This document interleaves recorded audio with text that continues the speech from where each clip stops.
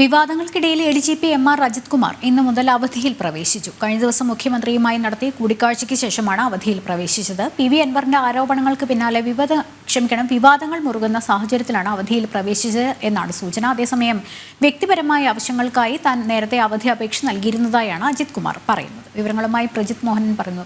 പ്രജിത്ത്, വ്യക്തിപരമായ ആവശ്യങ്ങൾക്കായി അവധി എന്ന് പറയുമ്പോൾ വിവാദങ്ങൾ ഒന്നിനു പിറകെ വന്നായി. പ്രത്യേകിച്ച് പി.വി. അൻവർ തന്നെ വളരെ ഗുരുതരമായ ആരോപണങ്ങൾ ഉന്നയിക്കുന്ന സാഹചര്യത്തിൽ കൂടിയാണ് ഇദ്ദേഹം അവധിയിൽ പ്രവേശിച്ചത് എന്നൊരു കാര്യം.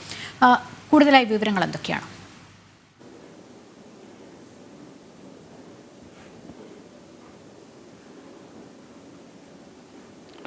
ഈ പി.വി. അൻവർ ഇത്തരം ആരോപണങ്ങൾ ഉന്നയിക്കുന്ന സമയത്ത് ആദ്യഘട്ടത്തിൽ ആരോപണമുയർന്ന സുജിത് ദാസ്, പിന്നാലെ എ.ഡി.ജി.പി എം.ആർ. അജിത് കുമാർ, അതോടൊപ്പം തന്നെ മുഖ്യമന്ത്രിയുടെ പൊളിറ്റിക്കൽ സെക്രട്ടറി പി. ശശി തുടങ്ങിയവർക്കെതിരെയുള്ള ആരോപണങ്ങൾ നിലനിൽക്കുന്നുണ്ട്. ഇതിൽ ആദ്യഘട്ടത്തിൽ തന്നെ സുജിത് ദാസ് അവധിയിൽ പോകുന്ന ഒരു സാഹചര്യമുണ്ടായി. എന്നാൽ പിന്നീട് അന്വേഷണം പ്രഖ്യാപിച്ചതിന് ശേഷവും എ.ഡി.ജി.പിക്കെതിരെ ഡി.ജി.പിയുടെ നേതൃത്വത്തിലുള്ള പ്രത്യേക ഒരു പരിശോധന, ഒരു അന്വേഷണം നടക്കുന്ന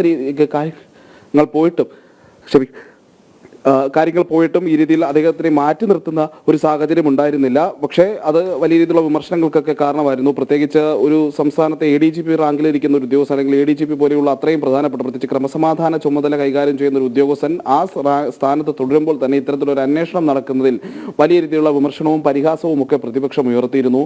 ഈ ഒരു സാഹചര്യത്തിൽ കൂടിയാണ് ഇത്തരത്തിലൊരു അവധിക്ക് പോക്ക് എന്നുള്ളതാണ്. 4 ദിവസത്തേക്കാണ് നിലവിൽ അവധിയിൽ പ്രവേശിച്ചിരിക്കുന്നത്. പക്ഷെ അത് കൂടാനുള്ള സാധ്യതയാണ് കാണുന്നത്. കാരണം ഈ അന്വേഷണം കഴിയുന്നതുവരെ എ.ഡി.ജി.പിക്കെതിരെയുള്ള പരാതികളിൽ പ്രാഥമികമായ ഒരു പരിശോധന പൂർത്തിയാക്കുന്നത് വരെയെങ്കിലും നിലവിൽ അദ്ദേഹം മാറി നിൽക്കേണ്ടി വരും.